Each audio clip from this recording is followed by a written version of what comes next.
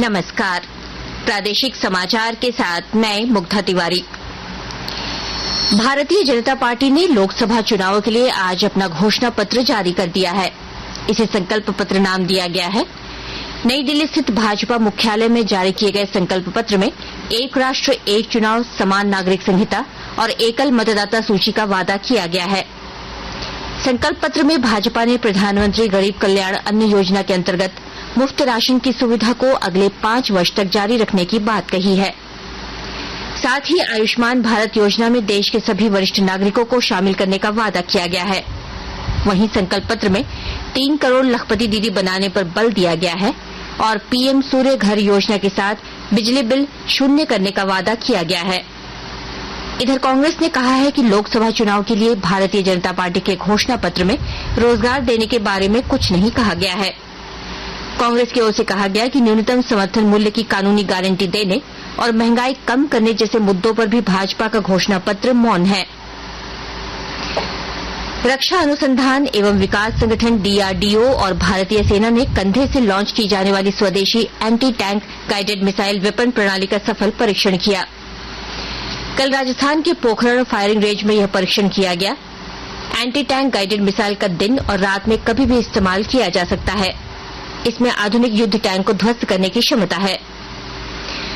राष्ट्रीय ताप विद्युत निगम एनटीपीसी ने अपने निगमित सामाजिक दायित्व सीएसआर के तहत चतरा जिले के टंडवा प्रखंड स्थित परियोजना प्रभावित 6 गांवों में स्वास्थ्य सुविधाओं को बेहतर करने के लिए मोबाइल मेडिकल यूनिट की शुरुआत की है।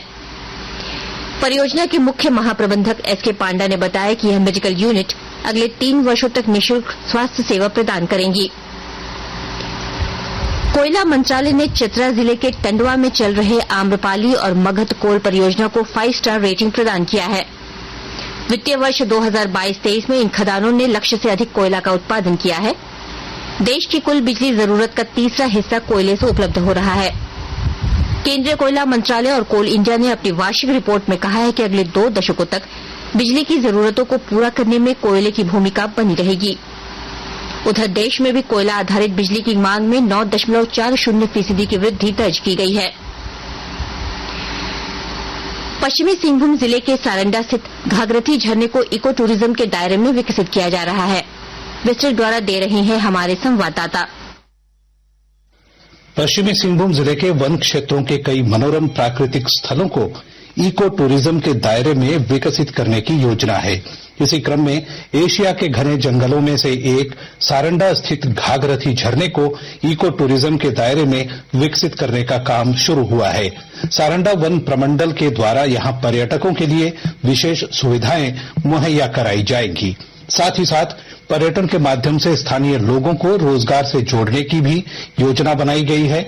घाघरथी झरना के मनोरम स्थल को पर्यटन के राष्ट्रीय पटल पर लाने के लिए पर्यटकों को आकर्षित करने का काम भी शुरू कर दिया गया है।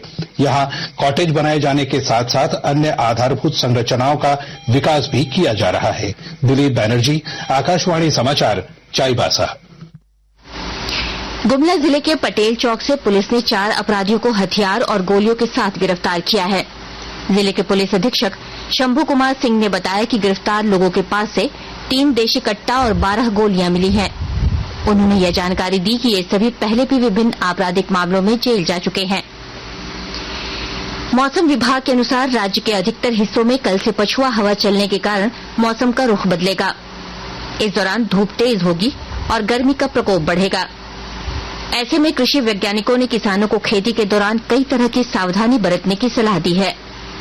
रांची स्थित बिरसा कृषि विश्वविद्यालय के मौसम वैज्ञानिक अनुराग संड्या ने बताया कि कद्दू की सब्जियों में लाल भृंग कीट लग जा रहा है, जिससे बचने के लिए खेतों में राख का छिड़काव करना चाहिए। उन्होंने बताया कि टमाटर और बैगन को फल छेदक कीट से बचाने के लिए खेत में पक्षी बसेरा लगाना चाहिए। इसके साथ ही आकाशवाणी रांची से प्रादेशिक समाचार का ये बुलेटिन समाप्त हुआ। नमस्कार।